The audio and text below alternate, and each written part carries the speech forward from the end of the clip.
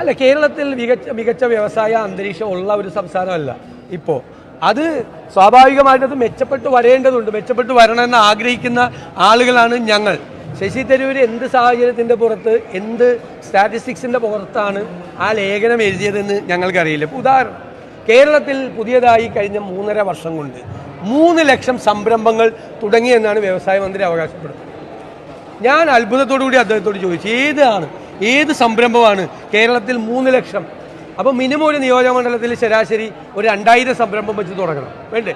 ഇപ്പോൾ പെരിന്തൽമണ്ണയിൽ 2000 സംരംഭം തുടങ്ങിയിട്ടുണ്ട്, അതിൽ 500 സംരംഭം തുടങ്ങിയിട്ടുണ്ടോ? നമ്മൾ ഈ നാട്ടുകാർ, ഈ പ്രത്യേകിച്ച് ഗൾഫിൽ നിന്നൊക്കെ തിരിച്ചു വന്നവർ വന്ന് ബേക്കറി തുടങ്ങും, പെട്ടിക്കട തുടങ്ങും, ചെറിയ തുണിക്കട തുടങ്ങും.